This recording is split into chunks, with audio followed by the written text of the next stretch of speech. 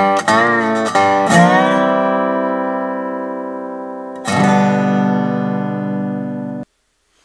morning, everybody, and welcome to today's Coffee with Craig. We very much appreciate you guys tuning in and being a part of the fight for our civil rights.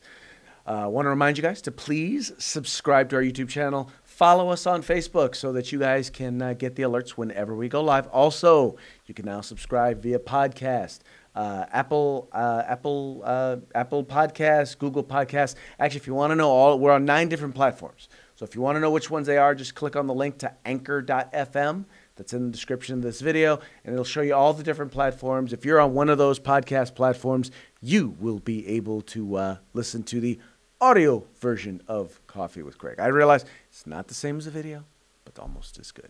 Anyway, also, please take a moment to go to fpcgear.com.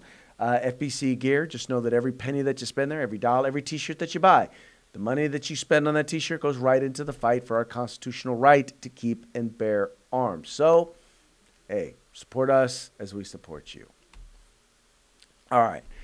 You guys know we hear a lot from the anti-gun crowd talking about how, well, I just can't believe there are just so many guns on the streets, and you know, it's making us unsafe, all of these firearms, and I can't believe that people actually want to carry a firearm. I mean, that's just not going to make us safe.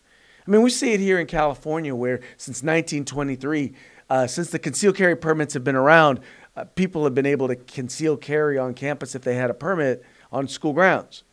From 1923 until today, there has not been not one incident involving a concealed carry permit holder, but all of a sudden they find out that if you have a concealed carry permit, you're exempt. You were exempt from the Gun-Free School Zone Act, and they said, nope, can't have it.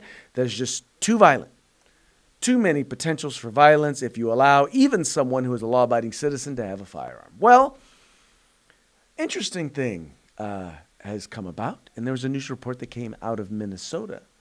And what they noted in this particular report was they're breaking all sorts of records when it comes to not just firearm ownership, but also people who have concealed carry permits, people who are carrying firearms on their person. And yet at the same time, despite what the anti-gun community would have you believe, they're also seeing record lows when it comes to crime. Check out the story. Minnesota set a record last year for the number of gun background checks the FBI conducted in the state. More people are carrying guns than ever before, but the crime rate remains low. Pat Kessler is looking at the numbers and giving them a reality check. He joins us now live from the state capitol with more. This is interesting, Pat.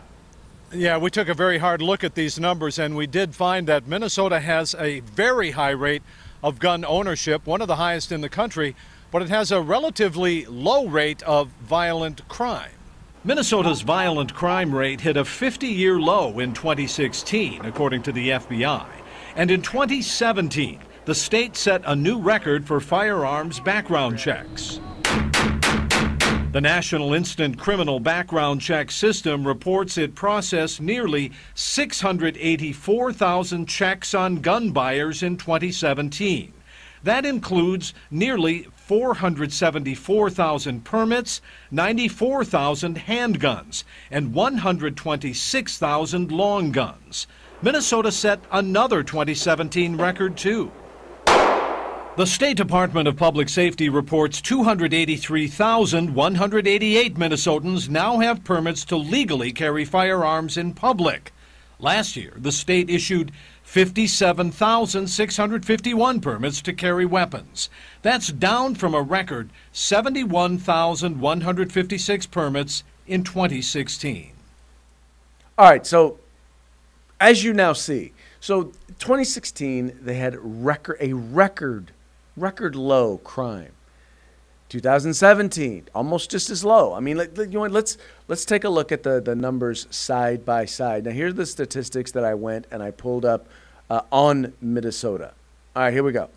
So you look here, and once again, in Minnesota, you saw 2016 overall crime numbers were record lows. Violent crime numbers were still relatively low.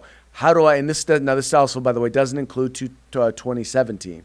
But those numbers, I think they're still putting together. But now, Here's the thing that you really want to take a look at, and this is how you know that these numbers are low.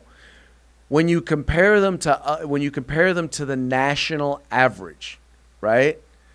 Take a look at that. Take a look at how, I mean, with the exception of one category, it is significantly, I mean, we're not just talking a little bit, we're talking about significantly lower than most other places, than most of the United States. And that's, I mean, keep in mind, Minnesota is a metropolitan city. I mean, we're not talking about some rural local yokels, although, probably for some folks, Minnesota, probably more rural than a lot of people would like to think. But the point that I'm trying to make to you here, folks, is, once again, as people would have you say, that, well, if there's more guns, there's more crime. If there's more illegal guns, then yeah, there's probably more crime. If there are more criminals with guns, then yeah, there's probably more crime. But if there are more law-abiding citizens, and see, by the way, if you're purchasing firearms through the NICS background system, you're going through NICS. If you're going through NICS, then you're going through a background. So you're more than likely a law-abiding citizen. If you are getting a concealed carry permit, once again, you are more than likely a law-abiding citizen. More law-abiding citizens with firearms to be able to defend themselves is a good thing. It's not something that we ought to be arguing against. It's not something that we ought to be fighting against. But for some reason, we can't get some folks on the left to understand that. They are more interested in making sure that we are disarmed, that law-abiding citizens are disarmed. You take places like Los Angeles, right, which has a high violent crime rate, and yet they have almost no concealed carry. I mean, we're talking there. I think last year there were 192 concealed carry permits that were issued. Of those, only 9 were to non-law enforcement related individuals. 9 out of 192 went to non-law enforcement, and then you see the crime rate is astronomically high. Why do you think that is? Cities like Oakland and Alameda County, same exact thing. Almost impossible in Alameda County to get a concealed carry permit, and yet you see the violent crime rate. In fact, throughout California, where it is difficult to get a firearm or to purchase to get a firearm of your choice, number one, or to number two, or firearms that are safe in common use in other states, but also it's almost impossible in many counties, in most counties in California, to be able to get a concealed carry permit. It's impossible. It's almost impossible in most of the major cities, with the exception of, for example, Sacramento, where we have a sheriff in Sacramento County who actually believes in the fundamental right to keep and bear arms.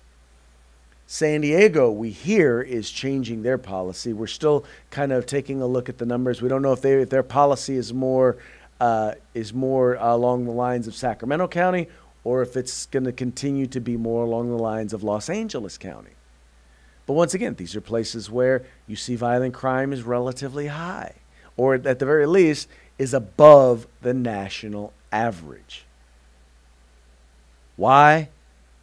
Fewer law-abiding citizens able to arm and protect themselves, their homes, and their community.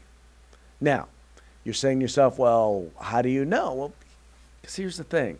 See, criminals, well, once again, I still believe being a criminal is not a particularly bright thing to do, but most of the time, if they're going to break into somebody's home, if they're going to rob somebody, they are a lot less likely to rob somebody if they know there's a significant chance that they could get shot. They're not interested in getting shot. They're interested in free stuff. They're interested in an easy way where they can go rob somebody and get free stuff. They're not particularly interested in getting harmed or injured or shot. They're not interested in engaging in a gun battle. They will if they have to. But if they know that there's a good chance that this individual, that robbing this individual might cause them to catch a hot one, yeah, they're probably going to think twice about it. Just saying. That just makes sense, right? Right? One would think. But unfortunately for the anti-gun community, who consistently tends to try and twist information in order to fit their agenda, they don't see it. Anyway. All right, folks. Well, hey, that's going to be it for today's Coffee with Craig. Thank you so much for tuning in. Thank you for joining us as we talk about firearms policy, and we fight for the constitutional right to keep and bear arms. You know, we can't do anything that we do without you. So thank you for supporting us, and thank you for being a part of the fight for our civil rights. Remember, got to use them or we're going to lose them. You guys take care.